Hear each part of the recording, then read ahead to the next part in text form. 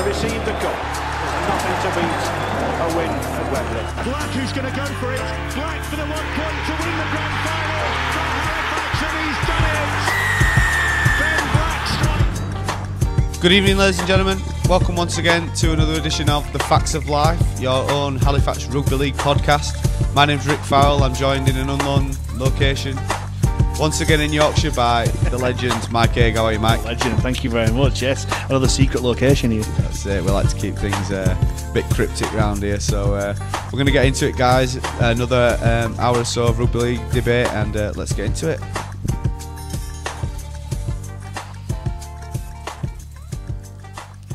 So, start first and foremost. We've had a new signing in this week. The big Frenchman, Kevin Leroy, joins from Leeds Centurions. Good signing, Mike, isn't it? Really good. At long last, probably the worst kept secret in rugby league for the last few weeks. But yeah, absolutely brilliant signing. Can play anywhere in the pack, really. Probably signs a back row, but I think he'll probably make his way in the front row. Really? So, yeah. I didn't see that. I've not seen him. I can't say I've seen him play in the front row. So simply because of the strength in depth that we've got at the moment. Where do you fit him? Say with sign of a second rower, do you get rid of Chester Butler? Do you get well, we rid were of Shane talking Grady? earlier, weren't we? For the first time in many years, it looks like we've got real quality squad depth. Yeah, you look at in previous years, Grady might have had to go and have an operation. Shane Grady, I think this year he's having a knee clean out, so we'd have been without him for a number of months. All of pre-season is missing that good work. So to have someone of the quality of Leroy to come in, and to hit the ground running, that's considering he's fit and has a good pre-season. Touch wood. You know, he played 26 games for Lee last year, scoring 9 tries. It didn't really work out for him over there. It's glad to see him get a release and get back into playing some rugby, innit? Yeah. As I say, when he was over there, gave his all. He's like the other signs we've made. He's a proven player, French international, seasoned Super League player with Catalans, and the likes of Lee, and who he played for Bradford as well. Bradford, Cass. Yep, true. So yeah, looking forward to see how he fits in, really. Absolutely. It's a funny one, really. Like you say, it's been a bit of a worst kept secret. It is good to have him sign on the dotted line. I believe that Investing for Tomorrow, Lawrence Turner down there, has funded the whole deal. So, yeah, it's again, like we reiterated in the first show, it's positive times.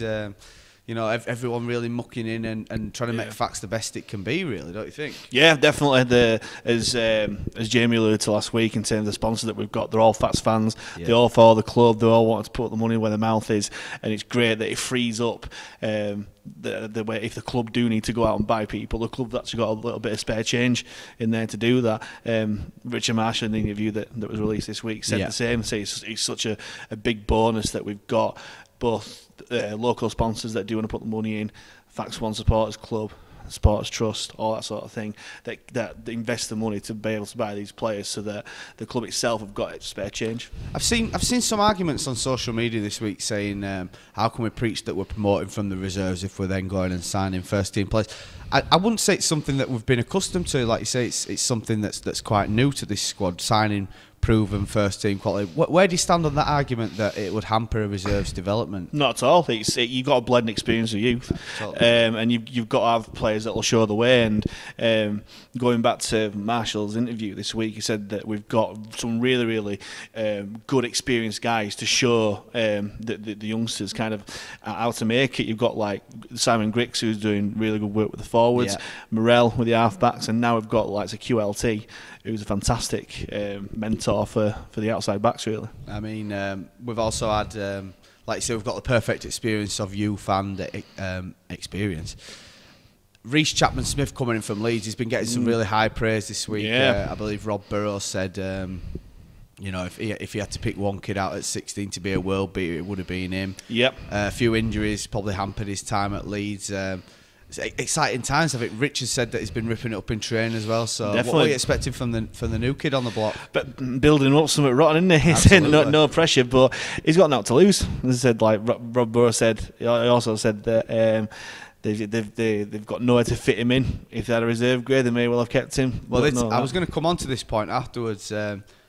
Rich mentioned in his interview, Richard Marshall, that the system's probably failed Reece a little bit. Now, I don't know where people stand on this. I had a bit of a bone to pick with this. So you sign a kid, I believe he's from Wakefield, so you sign a kid from Wakefield at 13, 14 years old. He plays in your system all the way up to 19s. He gets too old for the 19s. There's no reserves. You drop him. So you put all these years of development into him. You stop another club from being able to develop him and push him up a first team pathway. It just seems ridiculous to me. What do you make of it all? Yeah, it's one of those really, like for a fair few years you big fish in the sea in terms of Super League. They will have signed a lot of players just so no one else can have them really, and that's where you can influence. You see a lot of that in football as well, though. Yeah, of course you do. And like speaking locally, you got people. Although the tide is changing, like lads at Siddle who may well started with Luke Robinson back in the day where he went to sign for Wigan and that. If a Super League club comes calling, then they're going to go. But well, everyone wants to play at the highest level, don't they? Of course they do, yeah, but there are different ways around it. And as I say, people like Chris Hill who have come through the championship side of it, he's gone to be a permanent fixture in the England side. Well, the classic example as well, another lad that came through a unconventional system but ended up in England international, Alex Walmsley. Yeah, came from University's Rugby League. So for me, the more of these pathways, the better. The more grades playing the game, the more it can only improve the sport as a whole, you know? Yeah, definitely. And so going back to your original point in terms of signing experienced players is detriment to reserve grade, definitely not. Like it's a famous quote in football, like Alan Hansen saying, "You don't win anything with kids." Yeah. And that Man United team, yes, it were full of kids, but it also had experienced heads with it as well. And they're the first ones to say that the reason why they did so well is because they had the mentor and the mentorship and the guidance of those older players. People like Reece Chapman-Smith, who's got the likes of Scott Morrell and QLT looking after him, whether he's a halfback or a fullback, we don't know. Having learnt off Rob Burrow as well. Exactly, yeah. You've got to learn off more experienced guys, and the likes that we've got now, like Chester Butler, he's got people like Shane Grady or Steve Tyrer, for instance. Yeah. He's got those guys to learn off, and yeah, we have got a reserve grade, and I'm so proud that we do have that, and we put a lot of effort into it. But you've got to sign, you've got to have that quality in the first team as well. Again, it comes back to the point of if you don't sign him, somebody else will. Play against your team, and who knows, could do some damage. Yeah, and so with Leroy, granted, if you look at the squad that we've got, where does he kind of fit in? But the $1 million question is, would you rather have him playing for us than against us? Well, and I would definitely rather see him in blue and white than any other shirt, to be honest. I don't think you can ever have too many seasoned, experienced Super League standard forwards in any team, no matter where you're playing. But yeah, I completely agree. The squad that we've got, it lends itself. I think we've got a really good balance on there. Last year, I think we were fairly lucky with injuries in terms of, especially in the half. Yeah, definitely. But once from the starting lineup, once someone got injured, then it was a little bit threadbare, really. But again, if the reserves, you've got to play them in. You've got to play them to know what they're like. Rich also mentioned, coming back to the reserves and the way that having the experience around you can develop players in general. You look at the two Davis twins and Sean Jones.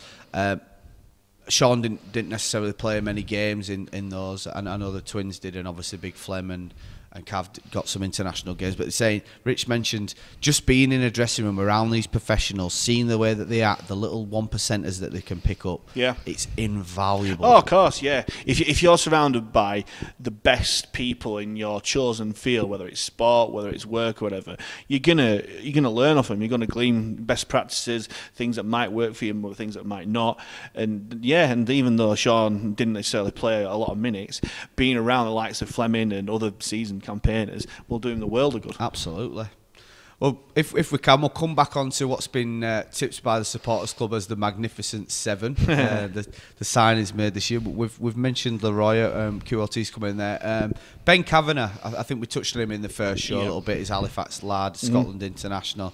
I'm really looking forward to seeing him getting ripped in, aren't you? Yeah, front row with Kavanagh and Fleming on.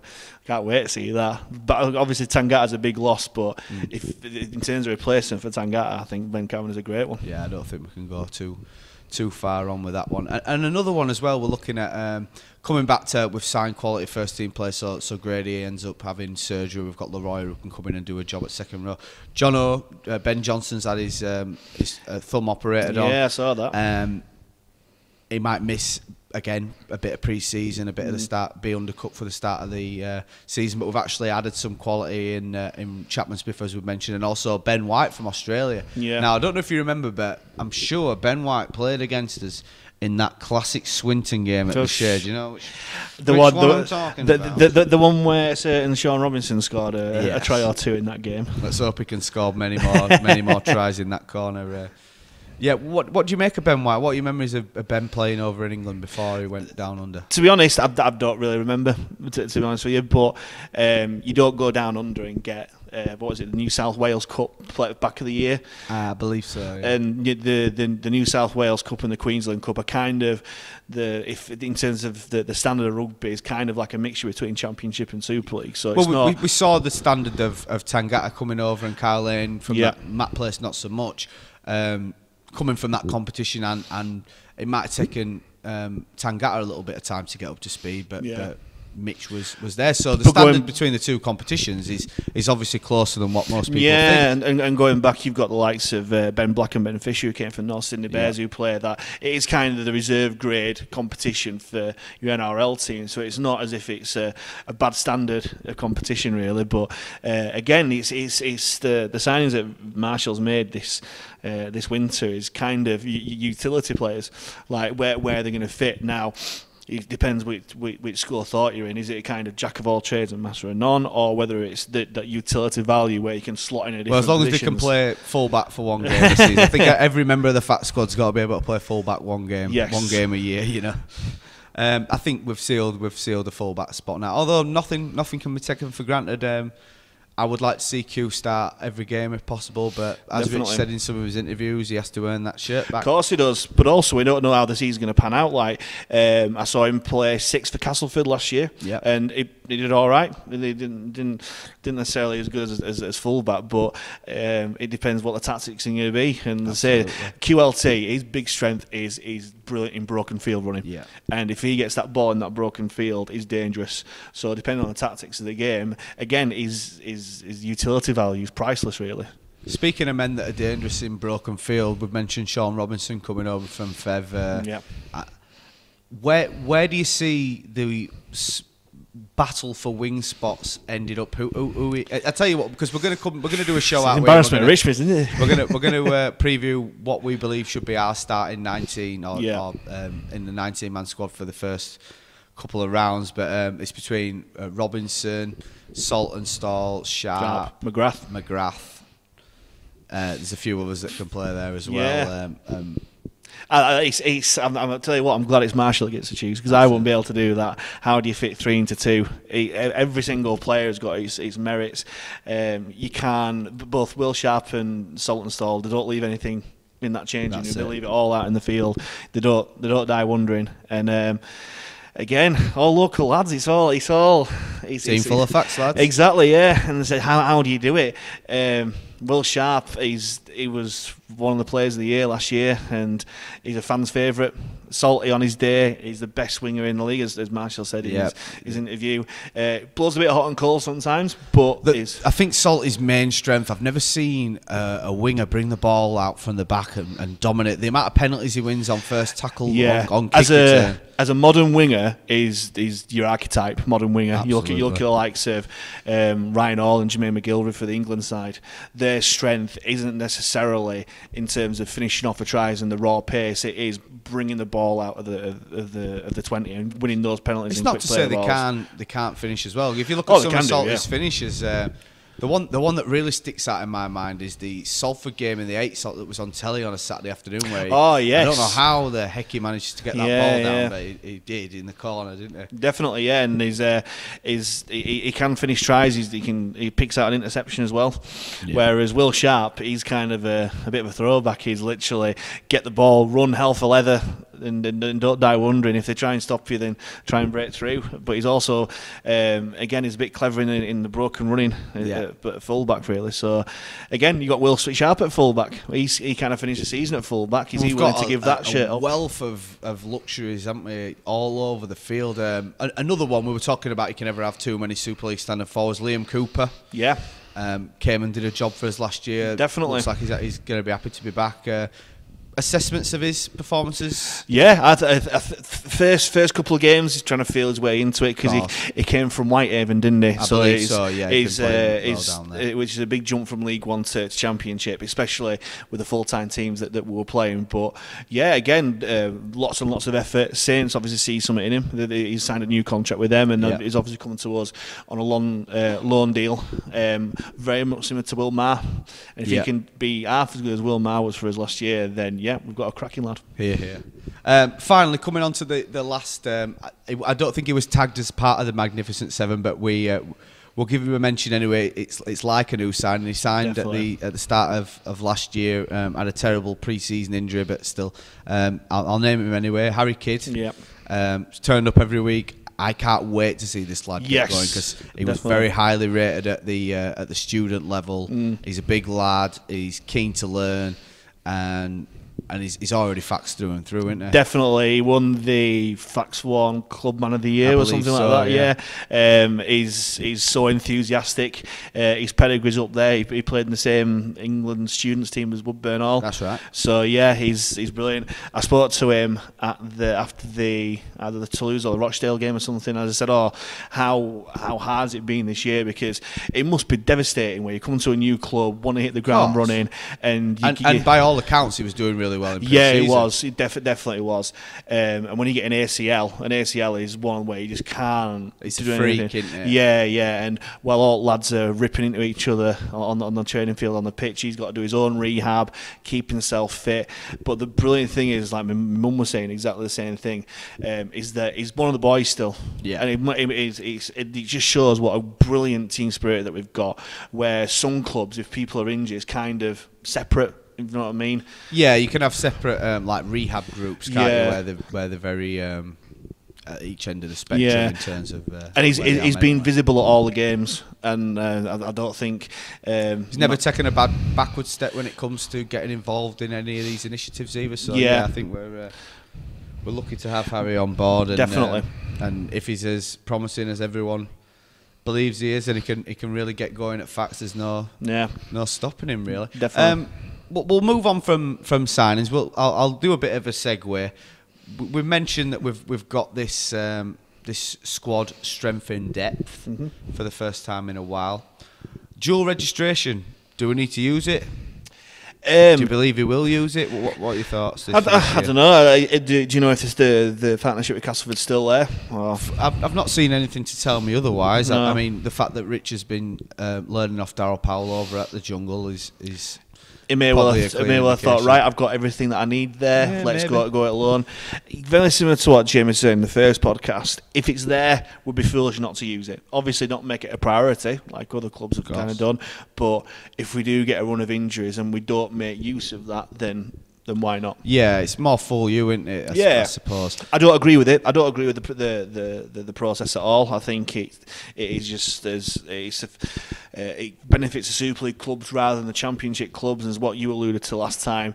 If you're an actual Halifax player being grafted all week to try and get in that squad, and all of a sudden someone comes in making these. I mean, you graft all week, you go to training, you sacrifice early mornings, late nights to then not play. I just think it's a bad move, and especially with the team spirit that we've got, we don't want kind of anyone to come in to kind of ruin that. Absolutely. Now, I'm not saying that anyone would do that, and as I said, I'll go back to Will Maher. Will Maher was fantastic when he came on loan with us, and then poor lad, he's gone back to Cass, ready to have a really big. He's got injured. He's got injured for a season. Poor lad. But again, it's Richard Marshall calls him his unsung hero. It just shows the great work that Andy Olliad does at the club. Where I don't think it can be understated. No, and to be honest though, like I said, we've been lucky with injuries. I was lucky with injuries. In terms of the condition that goes on, we very rarely get players that are injured, really. And if it is, it's just slight niggles where they're going to come back in a week or two. Well, you had the one with Morel, didn't you? I think he broke his thumb and played. Brilliant, that game at League. 7 games by all accounts. Broke his thumb and played 7 games with a broken thumb. I always remember the League game last year. That was my favourite game last year. It was brilliant. But to see the captain of your side, obviously being injured, going to the side of the field, dislocating his thumb, broken, whatever, shoving it back into place, and then getting back on the field. Absolutely, that's Muzzer all over. That he's the epitome of our team spirit, isn't he? I know. Tell me about it. If for example, the Cass deal was to come to an end, would you be looking? Would you expect to sign with another club or? I don't think so, to be honest with you. I think the recruitment that we've done this winter has been fantastic. Coupled with the reserves as well. Yeah, exactly. And if we are a believer in that, then I think we'll carry on with that. If a Super League club approached us, that might be different. I don't think Marshall and the board would actually proactively go out and try and find a Super League club. One, yeah. However, if a Super League club did come to us, whether it's Salford again, I think we've still got a fairly decent relationship with them. Yeah. If Cass did change their mind and come back to us, then I wouldn't necessarily rule it out. What I probably would look to investigate is, and it kind of depends on what the structure is like going to be below us, see if we could be a dual reg for a lower club, really. Is that a bit of a hypocritical statement? I think some people will say, well, you can't say that you don't want it with Cass, but then send them to Newcastle. I might just play devil's advocate, really. I'm not too sure, but it may well be a case of if some of the players do get, and if given what the reserve grade is going to be like, if it is going to be sort of reserve grade. The point I was going to add is, yes, it's a good tool to have there and to use if you want. The reserves, if as rumoured, there might only be 4 teams. Yeah. You're not going to play them every week, so no. So I would be. That's the point I was going to make. We're going to have a load of, he's groomed and he's sculpted these young lads to get them into a position where they can start challenging for a first team place. Mm-hmm. They're going to lose out and have nowhere to play. I think it would be a bit counterproductive to then go to Cass and ask him for a forward, a young hooker, or whatever it may be when we've got these young lads. But then again, like I say, who's to say that we're not going to strike a deal with Newcastle, or I'm going to say Hemel, then that's not wise. To send these young lads out for a year and to get some. Definitely, and when we did it previously, we had an agreement with South Wales, didn't we? Yeah, we that's sent right. quite a lot of players out there, and they did really well there. So, as I say, a lot of it depends. Well, I believe we got three Welsh internationals off the back of that partnership. Yeah, definitely.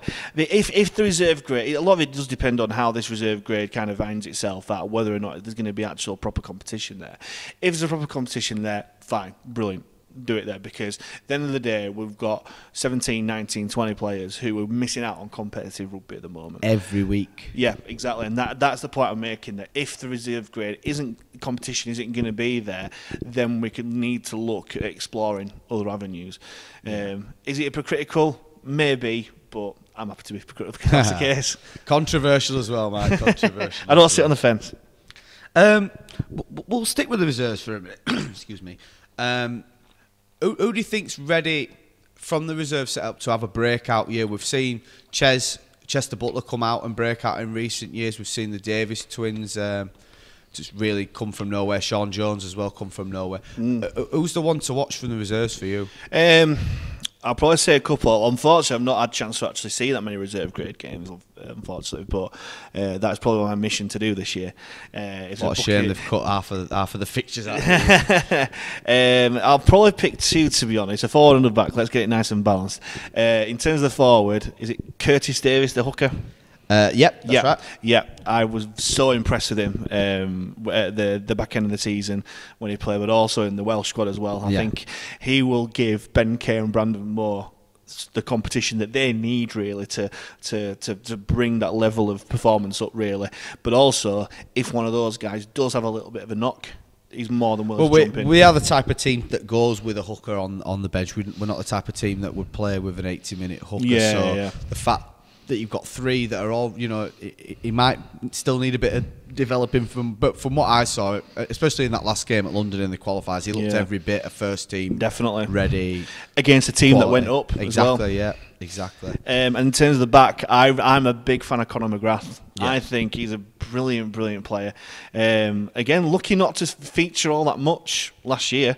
The year before, when he came in and completely destroyed Gary Lowe at Sheffield at Wakefield. Yeah, definitely. And Gary Lowe ended up playing at World Cup and getting his Super League. We look at McGrath as well. McGrath scored arguably the best try I've ever seen at the Shea. Yes, very much so. My try of the year last year. With the jump ups. Those that haven't seen it, you should check it out on the Fax YouTube and Facebook page.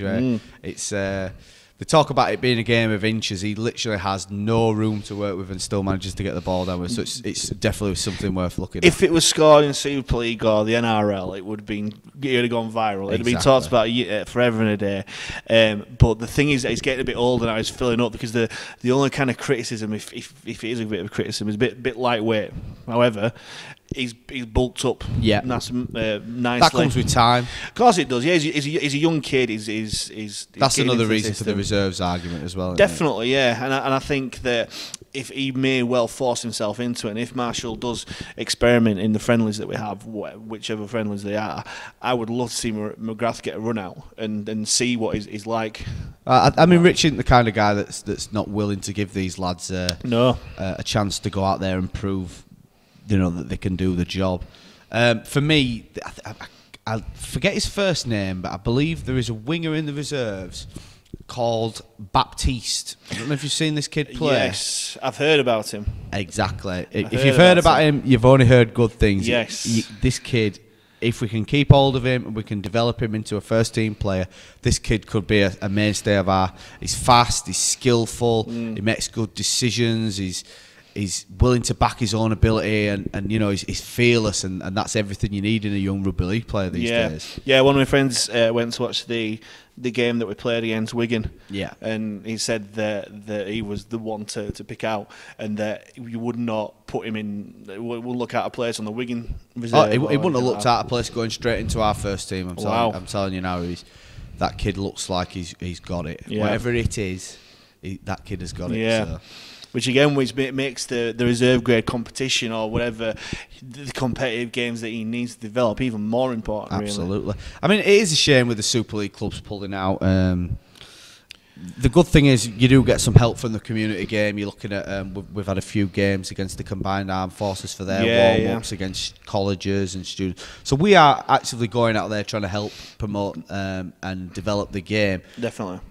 These Super League clubs, I mean, we've made our thoughts very clear on this, haven't we? It's short-sighted, and I do understand some of the reasoning behind it. Yeah, I can. Because at the end of the day, if there's no formal structure there, then why should they put the money into it? Because it does cost money to do the reserve grade.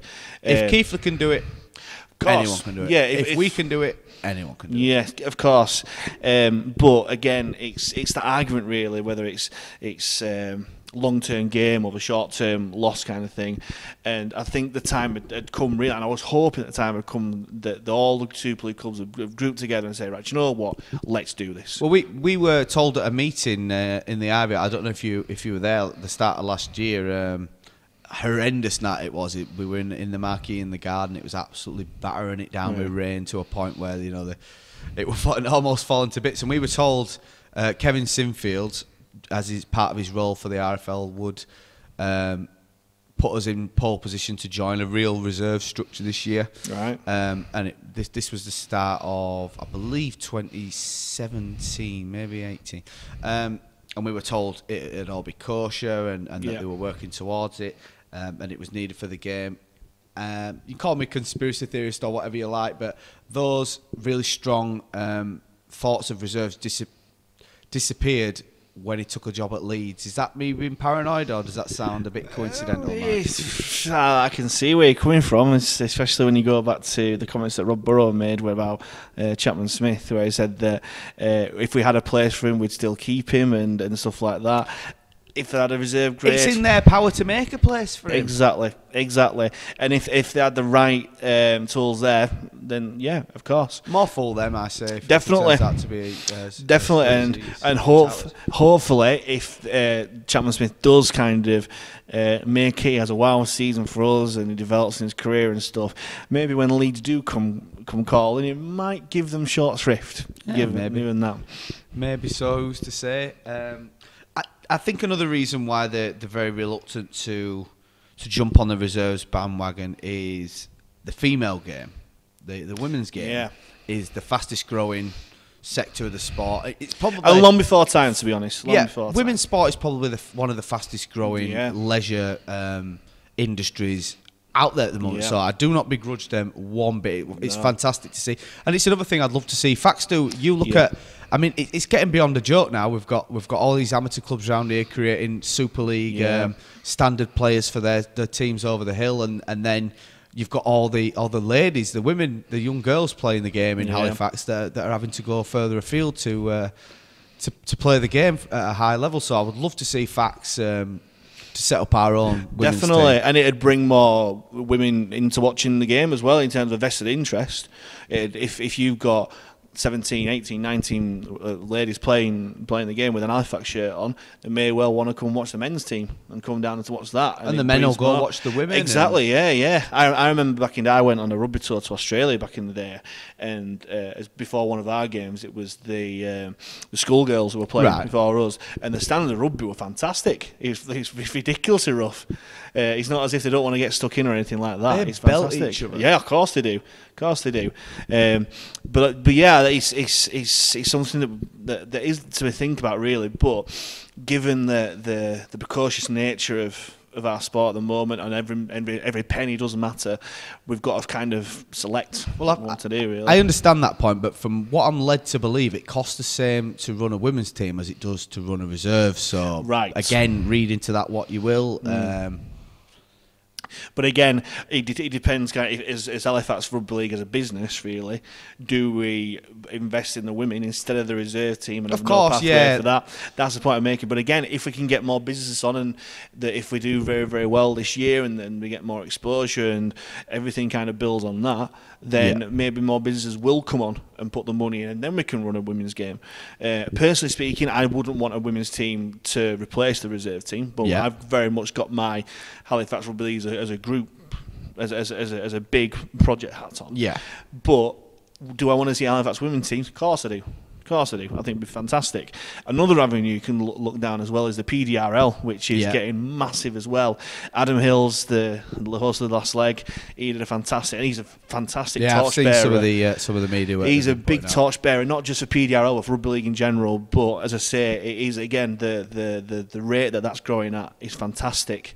What we do in the communities is brilliant as well. And if we could do that, more great to it. But again, it costs money.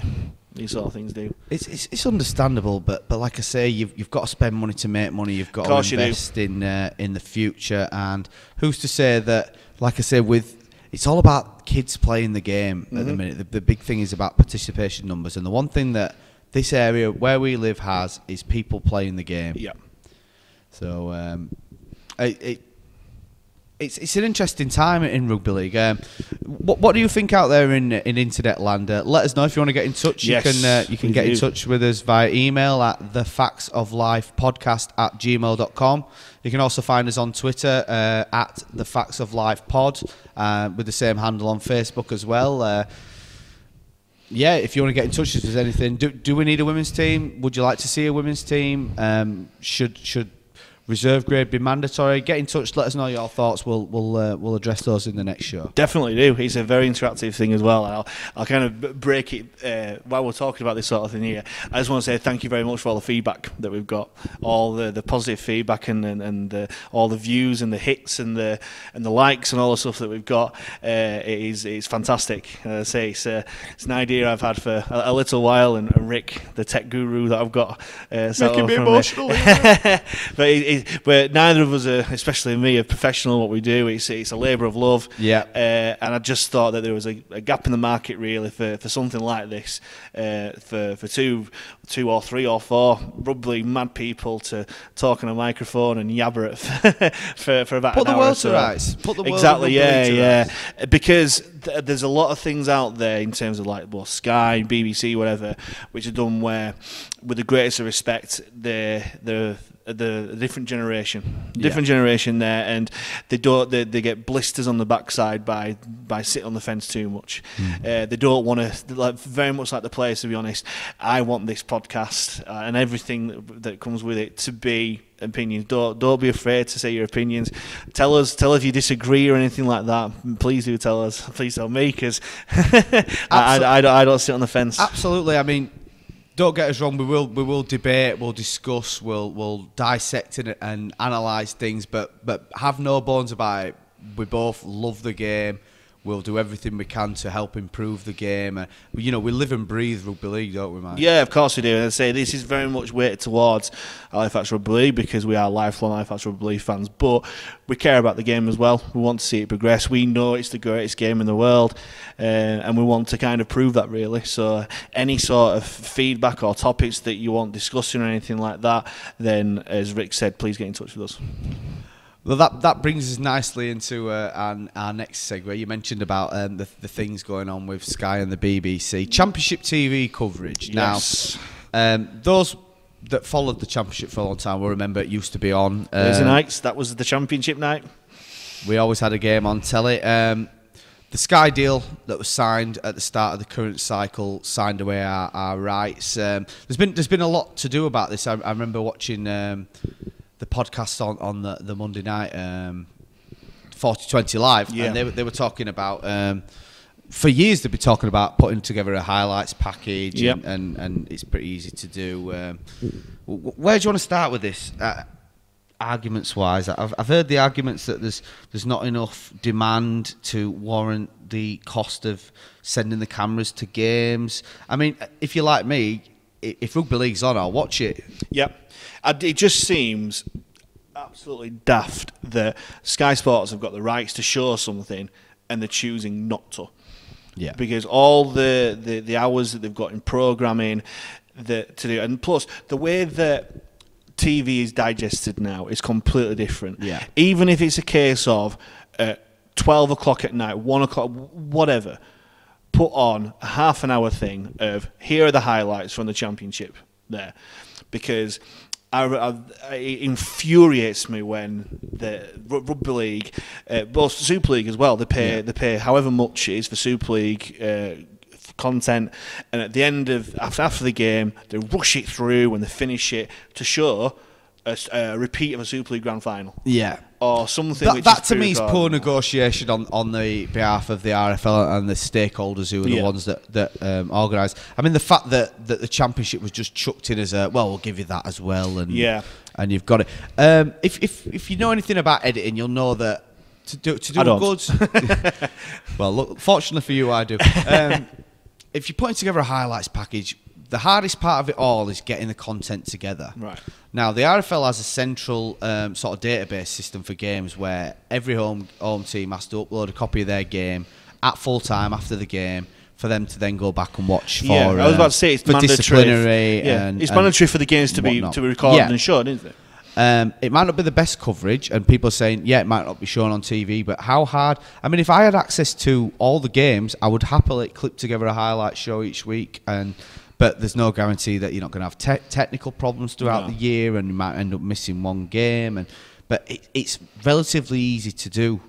Why is it not being done is my question. Yeah, it's other sports do something very similar. Even football, the massive sport of football that we see, when the early rounds of the FA Cup, match of the day, they literally have 30 seconds. I don't think you can compare, though. I don't think you can compare football and rugby league together. No, but what the point I'm making is that if they can have on their highlight show kind of thing, the lesser ties, like for instance, again, kind of to go on a different tangent, there's no magazine show for rugby league, which is rubbish. Super League shows. I don't know about that, because technically you could class these podcasts as what would have been traditional magazine shows. True. So like you said yourself, that the way that media has been consumed now has changed completely. So true, but I've got a face for the radio, I've got a face for the podcast as well. We need visuals, need to see what's going on. But there's no magazine show to show those highlights. To see the tries like Conor McGrath scored, for instance, that deserve the exposure that Sky Sports can give it. And if Match of the Day for the FA Cup, for the early rounds, can have literally a single camera showing what's gone on, 30 seconds for the commentator to go, this was a goal, blah, blah, blah, blah, then surely rugby league can do the same. Surely. I couldn't agree more. Like I said, there's cameras at all the games anyway. Some of the footage might be lesser. All it takes is a little bit of training for the people that are running it at the club's ends, and a little bit of effort at the editing end, and you could have something that it just needs to be, put it on our league, put it on YouTube, put it on, just put it out there. We want to see it. Or at the very, very least, if you want about quality, pick a game in the round to have the featured. A feature round where there are the more fancier cameras. I'm a dinosaur in these sort of things. I don't know kind of the technical jargon with it, but the better quality of cameras, so that on your magazine shows, or even kind of on the games that they have on the Thursday or Friday or Saturday or whatever, say, show the results. These are the results in the Championship. Here are the highlights from our chosen game. Yeah. Which they used to do back in the day on Boots and All. It's very easy to do. Right. Very, very easy to do. Which infuriates. So why isn't it? Why can't it be done? You could go out tonight if you wanted to. You could get your computer out and you could go and live stream a junior college American football game where there's 50 people sat in a stand, but you can sit and you can watch it if you want to. Yeah. It's out there. It's to me the thinking behind it is a bit. Like you say, it's a bit in the past. It's, definitely. People don't realise that you need bite-sized chunks of content, and the whole thing to me just seems an afterthought. Definitely. I would love to know the viewing figure, because when we as a championship had our Thursday night slots, where some of the programming ideas were a bit weird. I remember Batley played Whitehaven away on a Thursday night. Yeah, once. I seem to remember watching York at home on a Thursday with like 5 people there. But again, I think in terms of the Championship level, people who supported those clubs thought, yeah, fair enough, it's for the greater good. I can still see my team play, and it gives us an exposure that we do want. When we had those figures there, the Championship, the rugby was the highest rated show on Sky Sports on that night, and it included Premier League darts on that as well. Where I think Premier League darts, because it's become massive. Well, it's stuck. I mean, we can go back into the way that the game's been run. We'll probably come into some of our opinions on that in future episodes. They set it out, they set a vision out, they stuck with it. Yeah, exactly. But the thing that infuriates me, because they realise how good the Thursday night figures were for the Championship, they decided, all right, okay, we'll put Super League in there.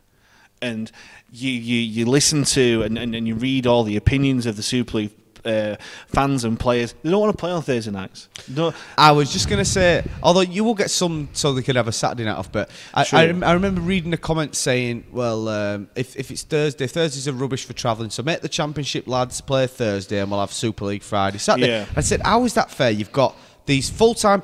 If we wanted Wigan to play St Helens at 9 a.m. on a Tuesday in a park down the road in... wherever, Barnsley. Yeah, they're full-time professionals. They can plan around that. They've got the time. They could play at 4 a.m. They could play at whenever they want. Yep. You're going to ask these lads to graft all week, then do a day's work on the Thursday, go and play a game, recover late at night again, and say, like say if it was Whitehaven away at Swinton or whatnot, travel home, get home at whatever time, get up on the Friday and go to work again. Yeah. You're going to ask them to do that? I completely agree. I'm just speaking from a fan's point of view. And then I think it was last year or the year before, was it? I think the RFL, in conjunction with Sky, did a fans poll. When do you want your games to be done? When do you want games to be shown? And by a mile, Sunday afternoon was the winner. It's classic win. And Sky used to show games on Sunday afternoons as well. I remember back in the day at Thrummore, they used to have the massive crane which used to see over the pitch and that. And we there were Sunday tea time games, weren't they? Like 6 o'clock or something. Yeah, exactly. Or at the very, very least, it wasn't shown live. The game was done played at Sunday at 3 o'clock, and it was shown later on. A delay, right? Yeah, exactly. What does Sky do? They go, no, we want it on a Thursday night. When it go, it's we all know what Sky wants, Sky gets. Exactly, yeah, and it goes back to that argument, which is going to run. Where what does Sky want? What do the people who show Rugby League want? Do they want high viewing figures showing empty stadiums, or do they want medium viewing figures seeing full stadiums, because they're playing at a time where most people can get there? Yeah. Now there are your traditional clubs like Leeds, for instance, who always play on Friday evenings. Yeah, and it works well for them. It works for them, and as I say, the gates aren't necessarily changed on that sort of thing. Wigan play a lot of their games on Friday nights as well, although there's unrest over at Wigan because they want to play on Sunday afternoons. You look at it from this angle. There's an ageing fan base in Rugby League. Yeah. you need to get the next generation of fans, players, officials, volunteers, everyone through the system in the game. Yeah. You play them on a Thursday night, you play them on a Friday night. Kids can't go to these games. No. Now, if like me, your first experience of rugby league was in person, Yeah. and you finally go to one of these games on a Sunday afternoon, and it's part of a ritual, and you go and you meet whichever relatives, friends you went with, you meet them, and you get into it, and you have your real sporting experience, and I think that's lost, because while there will be some parents that are willing to take the kids to Leeds on a Friday night every week, or a Thursday, travelling across the 62, there will be real law supporters like that, but you're missing out on your casuals for me. Yeah. You World Cup fans, definitely. You mentioned the word 62. That is the biggest hindrance as well. It is just, if you look at Twitter on a Thursday or Friday night games, it is the N62 roadworks and people not getting home until daft o'clock because of the way that things are scheduled. Like, obviously, it's a bit tricky. You can't be perfect every time, but like for instance, if you put Hull and Warrington on a Friday night, there's people not going to be getting home until past midnight. Because the road works on M62 and your variable speed limits and that sort of thing. You don't think of other things like, say it were KR versus Catalan. Maybe not Catalan. Someone that brings a big away from KR and Leeds on a Thursday. Not only do you have to navigate the 62 and it could be terrible and whatnot, it takes an hour to get out of the car park. Yep. So, there's even like places like Cass, as brilliant, I love Castleford as well known as a stadium. Yeah, it's iconic. Isn't it? It just get bottlenecks because there's only kind of one road in and out.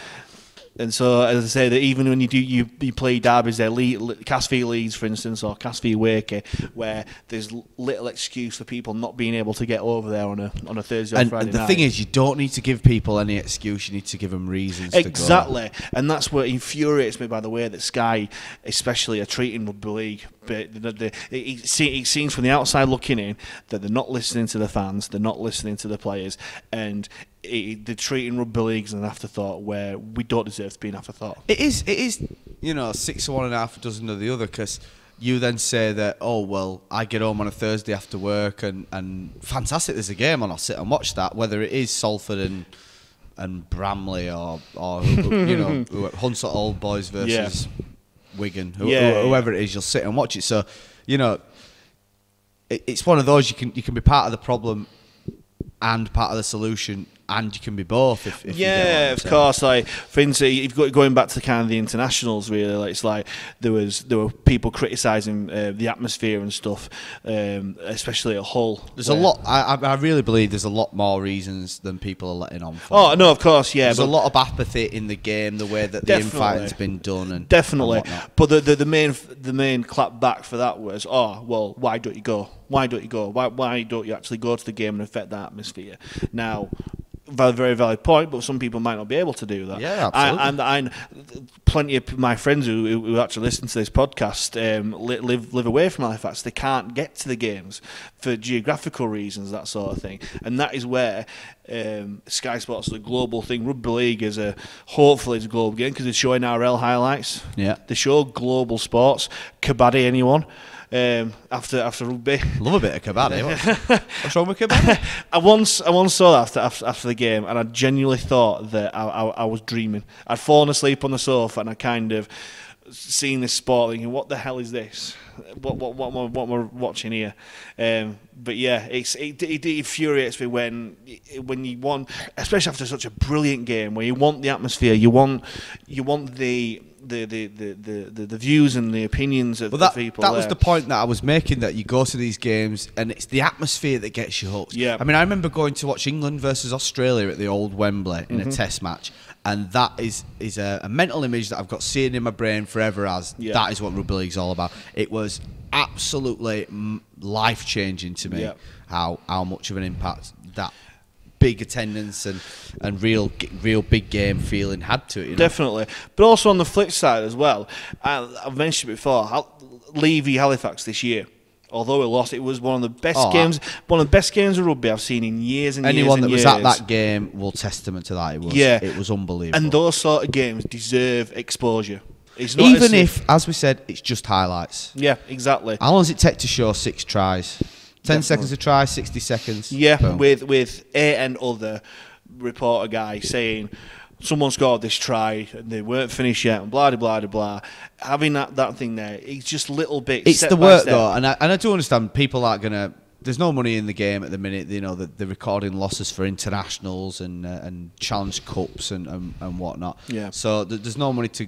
What they need to do is they need to go out and spend a couple of £1,000 and get a production company. I'm available to just do it every week. And like I say, as long as you get the footage early and you get it properly and you get the proper quality of the footage, putting it together is an afternoon's work. Which I've seen something new recently. I think it's PD International. I can't remember the name of it, but they are going to produce a Super League show. It's the same people who did Rugby League Raw. Yeah, I do remember back in the day. And I know there's plenty of people who listen to this who watched Rugby League Raw back in the day. Show. Absolutely. Do you remember when we were on it? Award-winning show. Do you remember when we were on it? Yes, we were on it. Yes. Sad afternoon. Yes, very very much so. Close to promotion. But things like that, award-winning, they won national awards, and it showed Rugby League in such a brilliant light. Those sort of things are missing. I'm not saying bring back Rugby League Rock. Well, I'm doing actually. Yeah, absolutely. We're starting a campaign now. Bring back Rugby League. Yes. Like, again, we're going to come back to the way that media is presented. I've this winter as a bit of a stopgap between Rugby League season ending and there's a bit of overlap. I've started getting into NFL, American football. Some of the stuff, well, yeah, we've all got our opinions. I'm not gonna bore you with my opinions of American football, but the one thing that they have, which is streets ahead of every other sport, every other media sort of system or whatnot, is the highlights, the films, the behind the scenes, the mic'd up, and that's the sort of thing that's going to get. Like I say, I'd never seen a game of America. I might watch 20 minutes of the Super Bowl once a year. Never been that bothered about it, and I started watching these behind the scenes films, and it really got me interested into. Right, I might start watching it, and then like I say, so bring back Rugby League Raw. Rugby League Raw. That's what we need to do. That's our first war cry, I think, don't you? Definitely, I think that's something we can all get behind. We'll move from sticking with media and TV coverage, but moving away from highlights and whatnot. There's two, when we're talking about showing games in the Championship, the way that the Sky contract worked out has actually worked out. I mean, they probably couldn't have foreseen it, so I don't really blame them that much. But you've got the Bradford and the Proper Sport streaming issue, and you've also got Toronto and showing their games on Premier Sport. So what do we know so far? We know that Bradford aren't allowed to stream, are they? Yep, Bradford had an agreement with Proper Sport last year, apart from in Workington, to show their games, and as much as Halifax fans don't necessarily get on with Bradford, I think it was a great idea. Great for faraway fans to watch the games. It's something that's new, it's different for people to get behind, but they can't show it because of the Sky Sports coverage. Which is fair enough, because Sky Sports have paid for those rights. Exactly. And again, they couldn't have foreseen that Bradford would end up down there having this game stream. They couldn't have foreseen that a Canadian team was going to come from nowhere. No, of course not. Like a juggernaut, you know. Yeah, and again, we don't know what's going to happen with Toronto in terms of the Premier Sports things. Well, I'm guessing it would be the same thing unless Premier Sports want to pay Sky Sports for the privilege. I don't think Premier Sports is awash with money to be able to do that, to be honest with you. Right. But again, it's whether or not Toronto come to an agreement with Sky. We saw, because I don't know if that's the case. Isn't this things that should have been sorted months ago? Probably. Maybe not so much in Bradford's case, but although then again, everyone assumed that Toronto would go up. That's the thing. That's the reason why probably Sky was showing all the Toronto games in the qualifiers, because they thought, right, we're going to preview the big story as well. Of course it is, yeah, and they say, and it is a great story with Toronto as well, but. Are they that worldwide? Is there a big demand for it over here? Possibly smallish, building up. They must, it's imperative, find a way to show their games in Canada and America. Yes. Otherwise, what is the point? Exactly, yeah. As with all the will in the world, and the fans over there, from all accounts, are getting really behind the game. They're getting ever more knowledgeable about the game as well. And good luck to them, the more the merrier. Oh, definitely. As I say, it's fantastic that the the guy behind him. He's taking a punt. He's. We need more people like this. Someone with awash with money who has watched rugby league and thought that is brilliant. I want to get involved. Again, in this. we were talking about the way that TV games are shown and whatnot. I believe Eric Perez said that he got into it he was in a hotel room somewhere, and just so happened to turn Sky on and caught a Leeds game or a Bradford, whoever were playing, or a Wigan game. Yeah. So it's got to be out there. Yeah, and it shows that we have got a fantastic product there. It is about getting it in front of the eyes that matter. Yeah, absolutely. Again, I don't like going on with the Sky bashing and everything. They bought it. They knew what they were dealing with. It's no qualms to them. What do they stand to gain by dropping values and stuff to get the game put on in Canada and whatnot? I would hope that someone at the RFL was intelligent enough to put in an international clause that, with Possibly. the way that TV rights are distributed now. But with the track record that the RFL and the previous administration there, in terms of negotiating rights and sponsorship deals, I wouldn't hold any hope on that one. But to kind of stop the Sky bash, and we don't want to kind of bash Sky because they have been brilliant in terms of rugby. Well, they've paid for everything. Yeah, forever, exactly. You know? For the last, not forever. like for the last 25 years at least, they've been fantastic for the game. And when they are on it, they do brilliant. The grand final. I watched that on Sky. Yeah. It was brilliant, absolutely fantastic. The Brian Carney narrated to trailer Montage, for it. Yeah, absolutely brilliant. And when they focus on something, they do a brilliant job. They just don't do it often enough, really. For me, they've just got a bit too they got too comfortable with what they're doing. Because they've had the same producer for they've had the same producer for well over 20 years. I believe he's actually finishing this year. Right. And there's no guarantee they're going to get a dedicated rugby league producer. Look, I don't know the guy. All I know is that they've rested on the heels for too long. Yeah. The world has moved on. We talked about this last week. You've got to move on. In the modern world, it's a digital world. You've got to go with the times. Of course, we can't be left standing still or be seen as a dinosaur. And again, it's 2021 when the deal does there. 3 years is a hell of a long time. You think of 3 years ago, and yeah, it'll fly. Yeah, it'll fly. But you think 3 years ago, how we were doing, how we were consuming our media. Really, it's changed massively. And as I say, I hope we're not kind of stuck in this deal too long where we're left behind, and things like your Amazon Prime and your Netflix and stuff like that. Hopefully we're not going to be left behind in the opportunities that other sports might get there before us. Really, we are pioneers as a sport. First video ref, and that again down to Sky. Yep. We are a sport of first, and I hope we're not going to be left behind in those sort of things. It's one of those as well. I just thought that we're not being too, grass is greener, better the devil, because, as we all know, without Sky's money, if Sky pulled the plug tomorrow, how many clubs are sold? There would be a lot of nervous chairmen around. I'll tell you what, we'll finish up with a couple of general stories and we'll go back to a facts topic. We heard this week a transfer that took everyone by surprise. Yes. The lad that sealed our fate down at London and helped them get promoted. Jared Samet signed for Wigan. Did you see that one coming? No, I didn't actually. I thought it was going to be a lot closer to home, to be honest with you. I thought we were going to be in a blue and white of Halifax. Exactly, yeah. But good luck to him. And the more I thought about it, the more it makes sense, to be honest with you, because the Wigan are very much in transition at the moment, and the way that the structure of the club is at the moment, they've got Adrian Lamb for this year, and then they've got Sean Edwards for 3 years after that. They've got Tommy Luluwai at halfback. He's not getting any younger. I've loved Tommy Luluwai. I think he's a fantastic player. But he's not getting any younger. Yeah. So whether Samet will challenge him, I'm not too sure. Whether he's given him an option, maybe, I'm not too sure. But he deserves his chance at Super League. His chance at a big club. You're saying for sure. that I didn't see a Super League move for him this time. I didn't think that anyone would have a space. Apart from the ones that may be qualifiers, not qualifiers now, but towards the bottom of the table.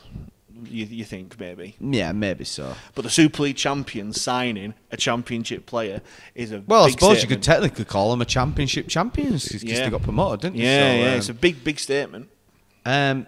It took me a bit by surprise. I'm just reading here on one of the trade websites that he almost signed for Swinton. Swinton make audacious bid for Samet. So I tell you what, it'd have been a good signing for anyone. Yeah, well, there were loads of rumours flying around, as obviously there is these sort of things. That he was on his way back to Workington. It's not that much of a surprise that we were after him as well. It's one of those, you're never going to compete with the financial clout of a Wigan. No, and as I say, if someone did choose Halifax over Wigan, then he might be mad, to be honest. But he deserves his shot at a big team because he's been an X Factor player for years. Yeah, absolutely. He's been a brilliant, and it seems strange that he's matured as a player a lot. When he first broke into the scene with Crusaders back in the day, he was very much. Well, I was actually at that game where I believe it was Magic Weekend. I was there as well. Murrayfield, where he scored that try straight off the plane. Yep. Yeah, and you could see the lad's quality. If you were there, Matt, you remember how bleeding cold it was in that stadium that day. It was like 1 degree. In Scotland. It's Scotland, obviously. Oh, yeah. But it was very much hot and cold kind of play. He'd do one thing brilliantly and then he'd go missing. Not do that much. Whereas this year for London especially, he's been the lead around the pitch because last year him with Bartow, they shared a lot of the workload. Oh, he's been the lifeblood of that team down at London. Yeah, I mean, everything that they did well went through him at some point. Yeah, but he's become an all-round player as well, an orchestrator and a commander-in-chief kind of thing, where I think Wigan must have been looking and thinking, yeah, we can do with that. But also the thing with Wigan as well is, yes, they've been very, very successful, but the style of play has been criticised massively. It seems weird that you can criticise the style of play of the team that are champions. True, of the country, yeah. you know? No, it seems very, very strange, but when you look at Twitter after every Wigan game, it's kind of like, yes, we've won, but we need a bit more flair. No offence to him if there's any listening out there, but that can just be Wigan fans. I don't know if you've had any experience with Wigan fans. They are very demanding of their rugby league. Of course, yeah. And I say we both grew up in an era where Wigan were all conquering, and they were the team to beat, and they did play with flair. And maybe and Adrian Lam has said on record that he wants to bring the flair back to Wigan, and hopefully Samet alongside. Again, you're going back to experienced players showing youngsters the way. He'll be a brilliant foil for George Williams. Now, I don't particularly rate George Williams as a player. I think he's if you put him in any other team, he would look ordinary. I think the team with Wigan is I'm not built sure I around him. agree with that. The thing about Williams is Williams has got some X factor in him as well. He's got that ability. He's either very, very good or not so good. Yeah, he goes missing, which is kind of like what Samet was 10 years ago. Yeah, I get that. I'll take that point. And hopefully Samet does, because Williams is an English player. I want any English player in an England shirt to do fantastically well. And he did have an okay series, to be honest. That game at Anfield, he did have an alright game, to be honest. But he just needs to do it more consistently. And hopefully with Samet and the likes of Luluwai there, we'll hopefully bring him on to that NRL move that he craves. I just think it's far too soon for him, to be honest. I think you could be right. Well, I'll tell you, we'll finish up then. Released this week, we're finally seeing pictures of the new boys in the new Halifax kit. I don't know if anyone out there in the internet land has seen it yet. It's the traditional blue and white for the home kit, and a rather striking, what would you call it, tangerine? Tangerine, clementine, any shade of orange. Very, very orange. What do you think about it? I think the two of the best shirts we've had in a long time. The home shirt, in terms of design, I weren't too keen on it, but seeing it on the players, I think it's really, really good. I am a die-in-the-wool, blue and white hoops are nothing me. I don't like any Halifax shirts, I don't like blue and white hoops. However, I do like this one. It's a bit of blue and white hoops at the bottom, but it has the V at the top as well. I think it's very much a good one. Yeah, I know the away shirt is sort of modelled after I think was it 99, the last shirt before the millennium. I had that. I think I won a copy of it in a school quiz many moons ago when we were in Super League. I've still got that upstairs actually somewhere. Still going strong with the computer centre logos and whatnot. Oh, good old computer centre. Back with the old nickname. Have you had a chance to get down into the shop, see any of the new merchandise? I haven't. No, I've obviously seen the pictures and the stuff there, and it's fantastic to see all the players that were down there as well. I haven't been down there yet, so maybe I need to get myself down. That's it. Check the club's social media and website for the opening times of the shop. Get yourself down there, check it out. There's some really good gear this year. I'll tell you what, Mike, we'll leave it for this week. Thanks very much as always for joining, mate. Pleasure as always. We'll be back next week, hopefully with an added third wheel guest. We keep booking them, they keep blobbing, but yep. Anyone who wants to come on, then do let us know, please. I'll give the contact details out. You can get in touch at the Fax of Life Pod, or you can email us at thefaxoflifepodcast@gmail.com. Get in touch again with your thoughts, your opinions, and your requests, and hopefully next time we'll have someone that can join us, and we'll have another rugby league debate. Until then, take care of yourselves. Thank you. Take care.